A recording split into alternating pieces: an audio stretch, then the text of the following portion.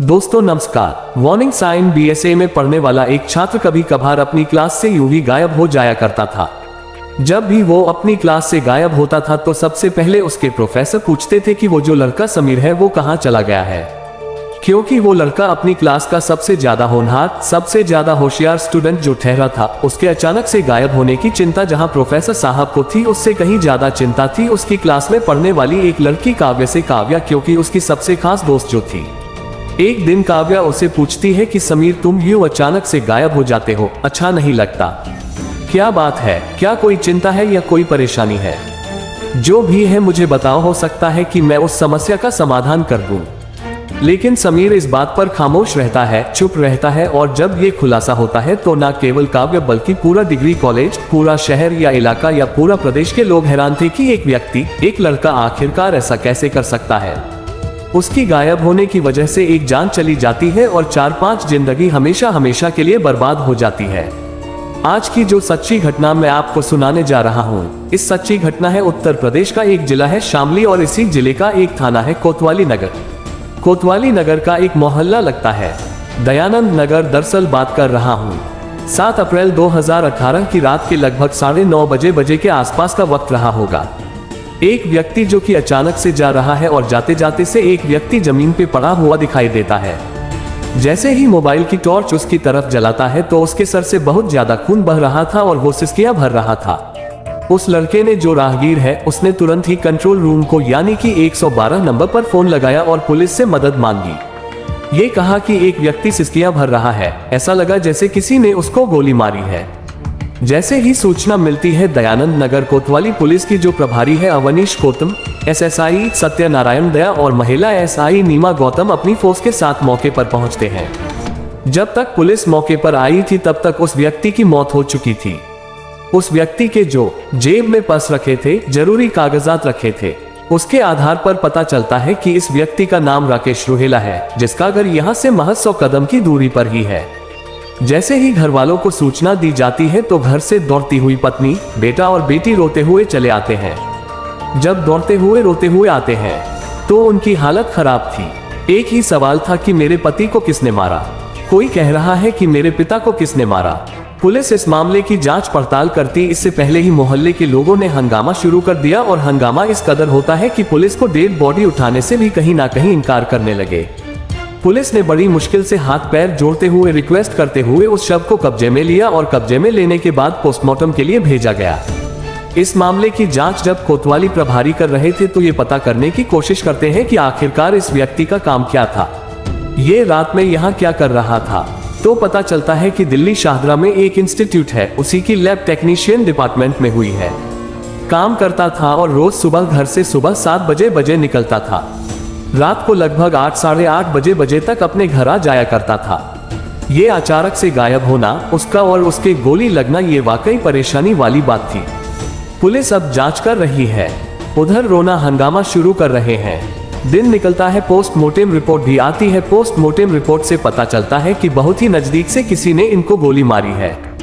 गोली मारने वाले कौन है इसका पता लगाने की जो पुलिस कोशिश कर रही थी तो पता चलता है कि ये व्यक्ति कमेटी डाला करता था।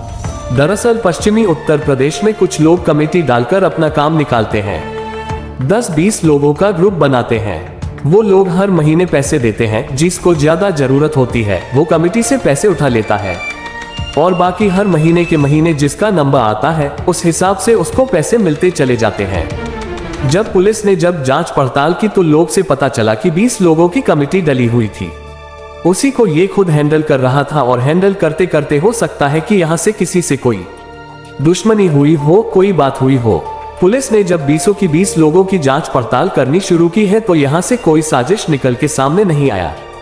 जब पुलिस ने इसकी घटना स्थल पर जाकर, क्योंकि सबसे पहले पुलिस और वो व्यक्ति पहुंचा था जिसने फोन किया था, लेकिन उस व्यक्ति मतलब मरने वाले राकेश रोहेला को छुआ तक नहीं था और इसकी जेब में जब उन्होंने सर्च अभियान चलाया तो पता चलता है कि मोबाइल है, उसका पर्स रखा हुआ है, जरूरी कागजात रखे हुए हैं, गले में जो उसने ज्वेलरी पहनी हुई है या हाथ में उसने ज्वेलरी पहनी हुई है वो सब कुछ वैसा ही है। इससे पता चलता है कि मामला लूट का भी नहीं है और दुश्मनी का अगल भी कहीं ना कहीं नजर नहीं आ रहा था। पुलिस के लिए बड़े चिंता का विषय बन गया था और दिन निकलने के बाद फिर लोगों ने इस कदर हंगामा शुरू कर दिया। शहर में जगह जगह जाम लगाने शुरू कर दिए और धीरे धीरे करके वक्त ऐसे ही गुजरने लगता है। 7 तारीख की ये घटना थी। 12 अप्रैल आ जाता है, लेकिन इस घटना के बारे में किसी को पता नहीं चलता है कि इस घटना को किसने अंजाम दिया है, क्यों अंजाम दिया है। जब व्यापारियों ने, लोगों ने, समाज सेवियों ने जब ज्यादा हंगामा, धरना प्रदर्शन किया है तो अवनीश गौतम जो थाना प्रभारी थे, उनका अचानक ही ट्रांसफर कर दिया जाता है और उनके स्थान पर जितेंद्र कालरा को इंस्पेक्टर का चार्ज दिया जाता है। अब इंस्पेक्टर साहब अपनी जांच कर रहे थे। वार्निंग साइन जो भी पूरे इलाके के सीसीटीवी कैमरे या ये परिवार के एक एक सदस्य के मोबाइल की सीडीआर या सर्विलांस पे जो नंबर लगाए गए थे, हर एक पहलू को बारीकी से पहले से ही खंगाला जा रहा था। लेकिन पुलिस को लोग इतना मौका नहीं दे रहे थे जिससे क्या पुलिस अपनी जांच अंतिम छोर तक लेके आती। उससे पहले ही इंस्पेक्टर साहब का ट्रांसफर होने के बाद जितेंद्र काला अपनी तरफ से पूरा प्रयास करते हैं और सबसे पहले ये पता करने की कोशिश करते हैं कि ये व्यक्ति यहाँ से कहाँ तक जाता है। जहाँ तक जाता है पुलिस ने पीछा किया और ये जानने की कौन सी ट्रेन से जाता है, किस वक्त बैठता है, किस वक्त जाता है, किस वक्त आता है, वहाँ उसकी कोई दुश्मन तो नहीं है। दिल्ली तक मामले की जांच की गई, लेकिन पुलिस के हाथ खाली थे। एक बार फिर से वही सीसीटीवी कैमरे की जो फुटेज इकट्ठा की गई थी, लगभग एक सप्ताह की इधर उधर से, तो वही सीसीटीवी कैमरे की फुटेज को जितेंद्र का इतना देख रहे थे। देखते ही देखते पता चलता है कि जब रेलवे स्टेशन से और इसके घर की यानी कि दयानंद नगर की दूरी लगभग 1.5 किलोमीटर के आसपास, और ये 1.5 किलोमीटर का सफर हमेशा पैदल तय करके आता था। वहां से घर तक जितनी भी सीसीटीवी कैमरे पड़ते हैं, सभी कैमरे को बारी बारी से जो खंगाला जाता है, तब पता चलता है कि एक बाइक पर 2 लड़के जो कि दूर खड़े हुए हैं। उन्हीं 2 लड़के कौन है, कहां से आए हैं, जब इसका पता निकालने की कोशिश की गई, क्योंकि 1 मिनट के लिए वो लड़के रुके थे और 1 मिनट के लिए उस कैमरे से राकेश रुहेला भी ओझल हो जाता है। पुलिस जब यहाँ उसी रात की नहीं 7 अप्रैल की रात की पड़ताल करने की कोशिश करती तो पता चलता है वहीं पास में ही किराना का स्टोर है और किराना स्टोर पे वाकई की फुटेज आ जाती है। वहां जाके किराना स्टोर वाले से पूछा जाता है कि क्या आपके पास ये राकेश रुहेला किसी काम के लिए आए थे, तो बताता है कि साहब हाँ, कुछ सामान खरीदा था। उसी बीच में जो बाइक पर बैठे हुए लड़के थे, उनका फोटोग्राफ दिखाया जाता है कि ये कौन है, क्या तुम इन्हें जानते हो। तब वो किराना स्टोर वाला कहता है कि साहब जी, लड़का जो पीछे बैठा हुआ है, दरअसल ये विशाल है, और विशाल कोई और नहीं बल्कि राकेश रुहेला का बेटा है। ये बात जब पुलिस सुनती है तो पुलिस सन्न रह जाती है, हैरान रह जाती है कि आखिरकार उसका बेटा यहाँ क्या कर रहा था। पुलिस ने तुरंत ही वहां से सूचना मिलते ही घर पहुंचती है और विशाल को पूछताछ के लिए हिरासत में ले लेती है, और हिरासत में लेने के बाद उसे कोतवाली लाया जाता है। उससे पूछा जाता है कि तुम उस रात उस घटनास्थल पर क्या कर रहे थे, तो वो लड़का कहता है कि साहब, मुझे तो मम्मी ने दूध लेने के लिए भेजा था, मैं तो सिर्फ दूध लेने के लिए गया होता, लेकिन अचानक से ही मैंने देखा नहीं, मेरे पिताजी भी वहां पर है, लेकिन हाँ, जो बाइक पर आगे बैठा हुआ है वो मेरे बहन का फ्रेंड है जिसका नाम समीर है, समीर मेरे साथ जरूर था। फिर पुलिस ने समीर को हिरासत में लिया और उससे पूछताछ करने की कोशिश की, तो समीर के साथ एक लड़का और था, यानी कि कुल मिलाकर ये 3 लड़के थे। एक जिसका नाम विशाल है जो कि राकेश रुहेला का बेटा है, एक लड़का समीर जो कि उसकी बहन काव्या का बॉयफ्रेंड है जिससे बहुत ज्यादा प्यार करता है, और तीसरा लड़का जो कि समीर का सगा तहेरा भाई शादाब भी मौजूद था। पुलिस ने इन तीनों की हिरासत में लिया, पहले यानी विशाल से पूछताछ की और उसको छोड़ दिया। अब हिरासत में 2 लोग थे, शादाब और दूसरा समीर। जब इनसे बातचीत की जाती है तो समीर जब कबूलता है तो सुनकर लोग ताज्जुब करे थे, हैरान थे, परेशान थे कि आखिरकार ऐसा क्यों किया, ऐसा क्यों हो गया। जाता है कि तुमने ऐसा क्यों किया, तो कहता है सब हमने कोई मर्डर ऑर्डर नहीं किया है, हमने किसी को नहीं मारा है, बल्कि जो मारने वाले थे वो किराए के या भाड़े के शूटर थे, उन्होंने मारा है। लेकिन मारने की क्या वजह है, इसके बारे में पता करने की कोशिश करते हैं तो बताता है कि जो उनकी बेटी काव्या है जो कि BSc फर्स्ट ईयर में उसकी क्लासमेट है, जो कि उसे प्यार करती है, उसी के कहने पर ही भाड़े के लोगों ने ये हत्या की है। हत्या क्यों की है, जब काव्या को पुलिस हिरासत में लेती है तो काव्या भी तोते की तरह एक एक बात बताने से पहले, हालांकि उसके पहले पिटाई या कह सकते हैं कि सख्ती से जब पूछताछ की जाती है तब वो कहीं ना कहीं सच बोलती है, और जो सच सुनकर लोग हैरान थे। बाकी वो बताती है कि साहब, मैं समीर को बेनता प्यार करती हूँ और समीर और हम लोग कभी कभार कॉलेज के बाद में किसी रेस्टोरेंट में मिल जाया करते थे।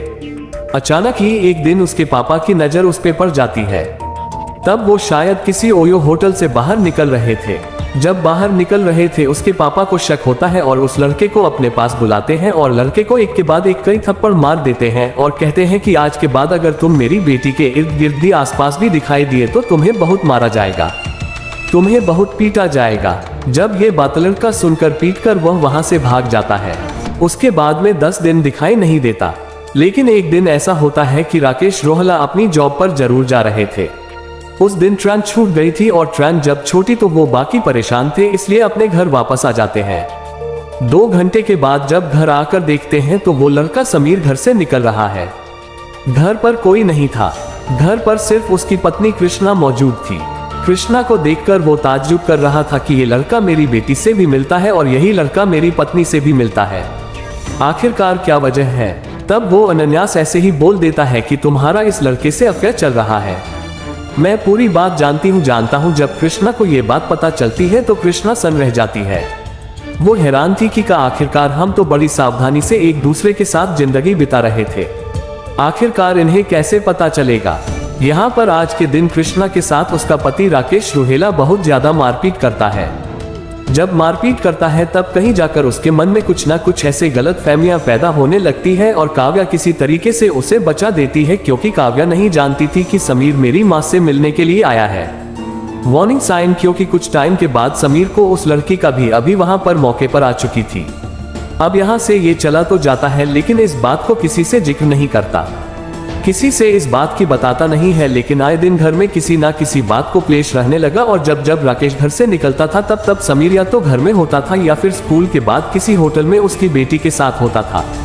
तो उसके बाद इन्होंने एक प्लान बनाया, खासकर काव्या ने कहा कि पिताजी इस तरह से अगर हमें रोक टोकी करते रहेंगे तो शायद हम कभी मिल नहीं पाएंगे और हम जो भी करते हैं, क्योंकि उनकी जो प्यार की सीमा थी वो कहीं लिमिट क्रॉस कर चुकी थी। उनके संबंध जो आपस में बीच में कभी कभार बनते थे, कभी होटल में तो कभी कहीं, तो इस तरह से उस लड़की को लगता था कि मेरे पिताजी बार बार रोका टोके करते हैं, इनका कुछ ना कुछ काम तमाम कर देना चाहिए और इस बात की जिम्मेदारी समीर को दी गई थी।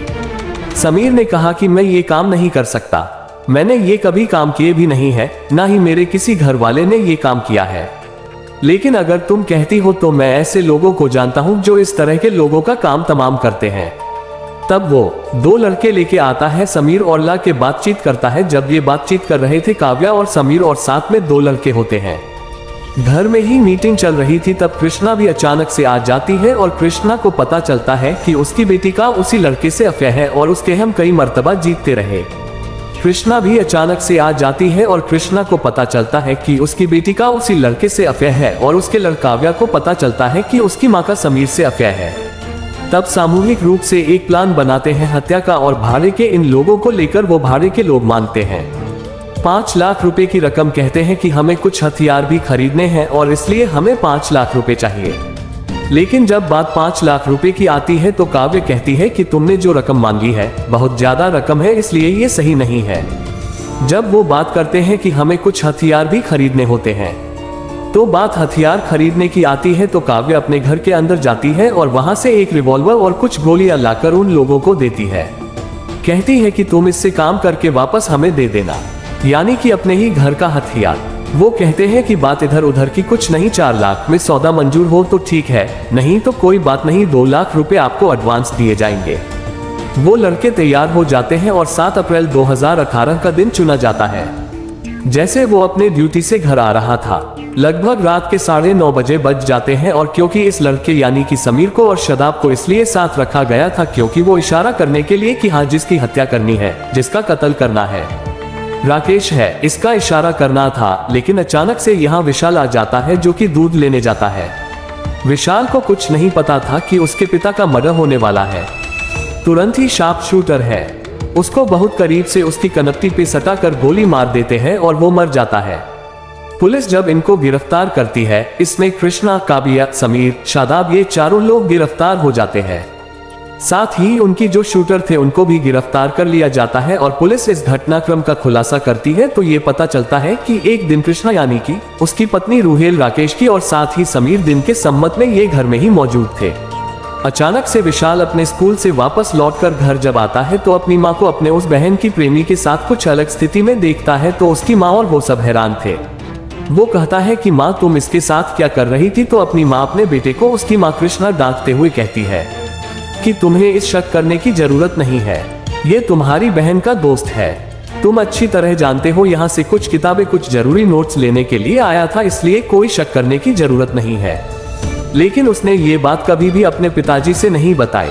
बाद में रोता रोता लड़का विशाल कहता है कि काश ये बात मैंने पापा को शेयर की होती तो शायद हम कोई अच्छा कदम उठाते, शायद हम इससे घटना से उबर पाते। फिलहाल ये सब लोग जेल में हैं। शुरुआती दौर में बालिग और नाबालिग को लेकर विवाद छिड़ा रहा और सजा सुनाई जा रही है। इस तरह हमारे देश में चलता रहा तो हमारा देश बर्बाद हो सकता ऐसे ऐसे औरतों से। भारतीय संस्कृति से एक बार किसी से विवाह होने के बाद 7 जन्मों तक जीने मरने कसम होता है, लेकिन यहाँ तो पति कुछ दिनों तक पत्नी पर समय नहीं देते हैं तो औरतें दूसरे पुरुष के साथ संबंध बनाने लगते हैं। ये तो बात रही पत्नी के लिए, और भगवान ऐसा ना करे जो अपने प्रेमी के लिए अपने पिता का कत्ल करे। जो पापा बचपन से हमें पोष पाल कर पढ़ा लिखा कर बड़ा करते हैं, उसी के साथ हम अक्सर धोखा कर देते हैं। हमें कभी भी अपने माता पिता का भरोसा नहीं तोड़ना चाहिए। इस कहानी के माध्यम से आपको किसी तरह से परेशान करना नहीं, बल्कि अलग अलग घटना जो घटती वो हम वीडियो के थ्रू आपके पास पहुंचाने की कोशिश करता हूं। ये सच्ची घटना आपको पसंद आई होगी तो वीडियो को लाइक करके चैनल को सब्सक्राइब कर ले। धन्यवाद।